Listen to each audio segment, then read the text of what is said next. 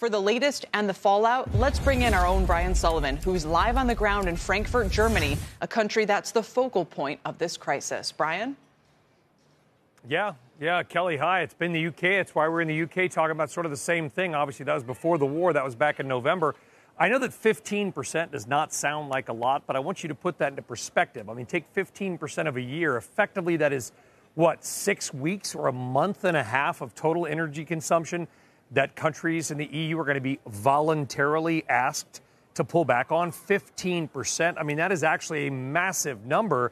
And I gave sort of the air quotes with voluntary, Kelly, because there's also a provision in the proposal where they would basically say you have to do it, that they could actually force it if this proposal passes. So it may not be as voluntary as some think. And even a 15% cut, you could maybe shave, a 1.5% off GDP.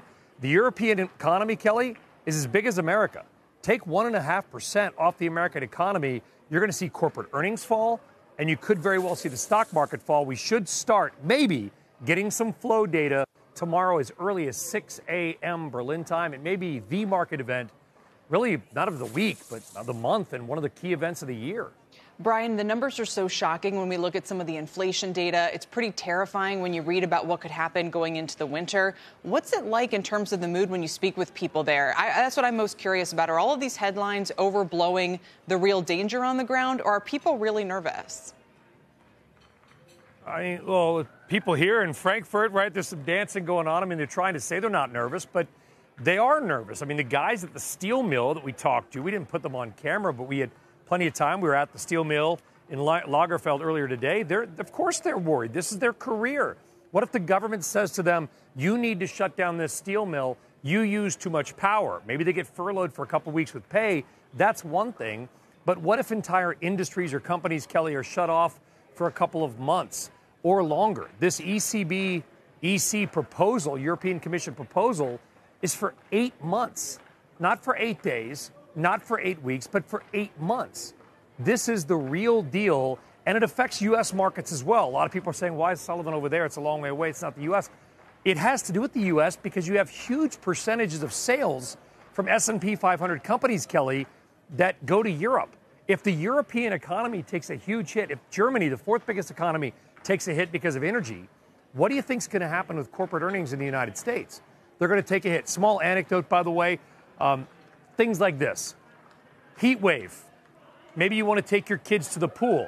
A lot of community pools in Germany are closing because they can't afford the energy to run the water pumps. Wow. And they're talking in some towns about turning like basketball arenas into warming centers for elderly and vulnerable people because they're so worried they won't be able to afford their bills. Quick, they had to learn about the German energy system. It generally rotates every 12 months. So right now people aren't getting hit. But at the end of the year, it is very likely that people's energy bills will triple. Millions cannot afford to heat their homes, like in the UK. And I know it doesn't get a lot of attention, but far more people die of cold than of heat.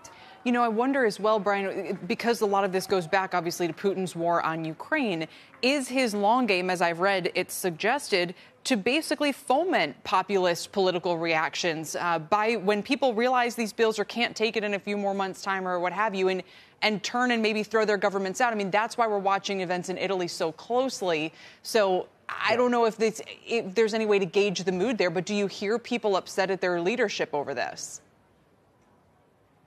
Darn right. Absolutely. In fact, I mean, okay, so Boris Johnson out. Now, he had other issues. I get it.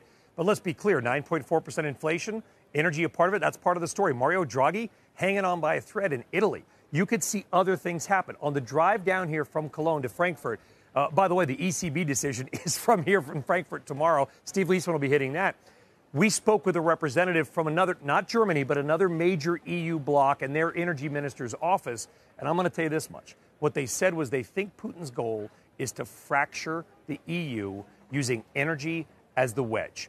Basically get every nation to kind of say, we're sorry, Germany, but we're France or we're the Netherlands or we're Spain. And sort of it becomes this every country for itself type scenario. Sure. Driving that wedge in, using energy. Oh, and by the way, I'll say this. If you ask me to guess on what the outcome will be based on every conversation I've had, and there's other reports too, I think the flow does restart tomorrow. Probably not more than 20%. Putin kind of said as much in Iran overnight, by the way. And he started talking about Nord Stream 2. Like, in other words, well, Nord Stream 1's got problems. Maybe you need Nord Stream 2, which is, done, but has never been activated. Right. He's playing a lot of games here, Kelly. A lot of games. Well, I'm very, very glad that you're there, Brian. We really appreciate it. I know you'll be there for a few more days still, and there's a lot more to come. But it does help give us a sense of what's happening. Brian Sullivan. Tomorrow.